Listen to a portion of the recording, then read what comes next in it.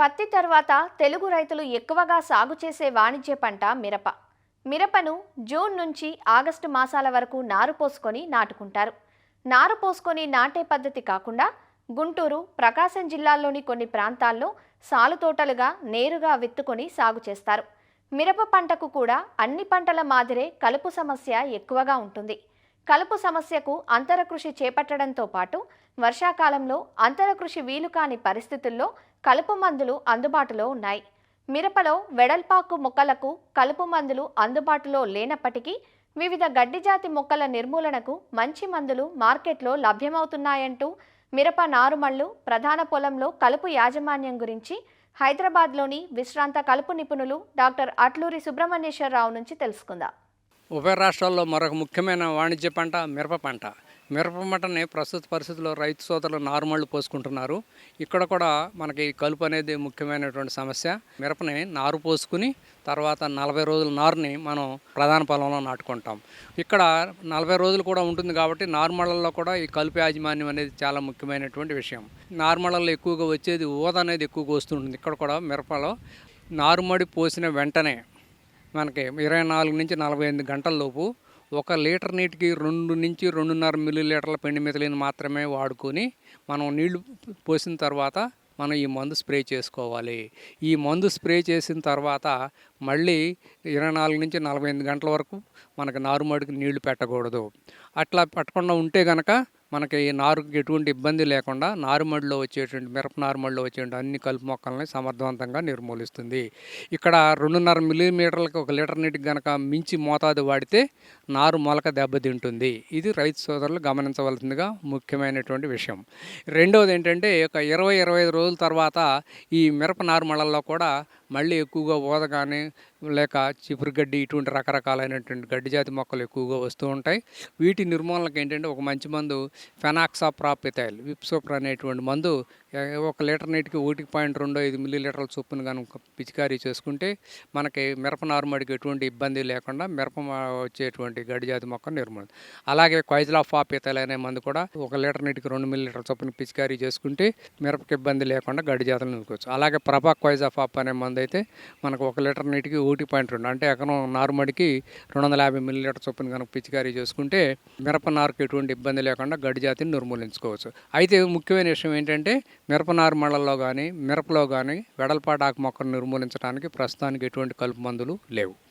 ఇకపోతే ప్రధాన పొలం చూసుకుంటే మనకి మెయిన్గా ఏంటంటే మిరపను మనం 2 రకాలుగా సాగు చేస్తాం. ఒకటి ఏంటంటే నేరుగా విత్తుకోవటం, దాన్నే సాలు తోట అంటారు. రెండవది మొక్క తోట. మొక్క తోట అంటే మనకి 40 రోజులు నారు పెంచుకొని వేసుకుంటాం.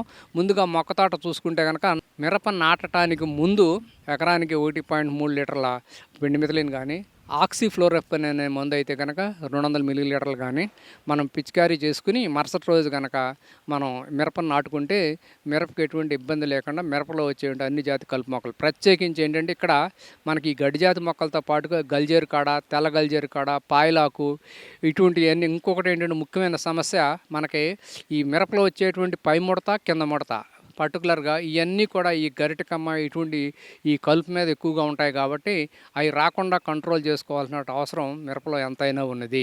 కాబట్టి రైతు సోదరులు ఖచ్చితంగా అవి అసలు మొలవకుండానే చేయాలంటే కనుక మిరప నాటుకుంటానికి ముందుగానే ఈ 2-3 మందులు ఏదైనా సరే పిచికారీ చేసుకుంటే దాదాపు 20-25 రోజుల వరకు కూడా కలుపు రాకుండా చేసుకోవచ్చు.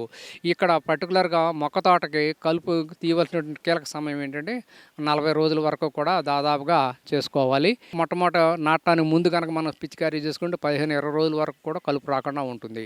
ఆ తర్వాత మనం నిలువు అడ్డంగా కనుక ఇక్కడ సాధారణంగా ఏంటంటే 60x60 పెడుతూ ఉంటాం కాబట్టి స్పేసింగు నిలువు అడ్డంగా 2-3 సార్లు కనీసం 3 సార్లు అని కనుక అంతర్కృషి చేసుకోగలిగితే ఇటు నేల గుల్లబారి మిరప బాగా ఉంటుంది.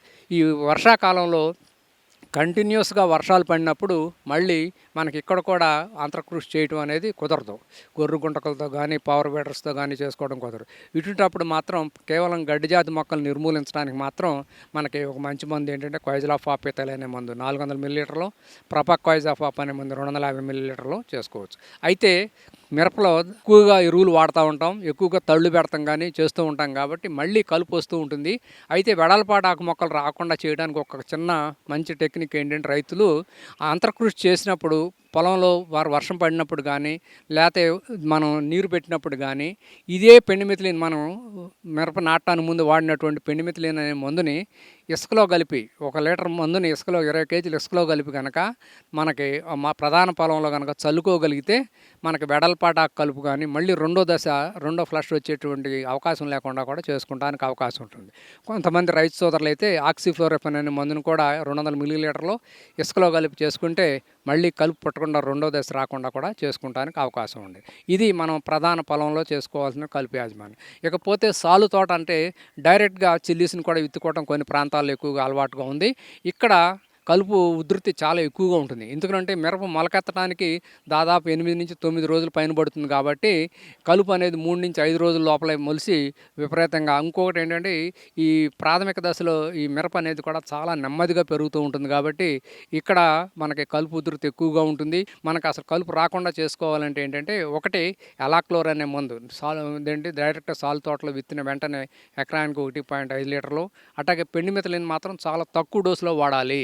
ఇక్కడ ఎకరానికి 1 లీటర్ ఎట్టి పరిస్థితుల్లో కూడా మించడానికి వీల్లేదు. ఈ 2 మందులు ఏదో ఒకటి కనుక మనం పిచికారీ చేసుకుంటే దాదాపుగా 20-25 రోజుల వరకు కూడా కలుపు రాకుండా చేసుకోవచ్చు.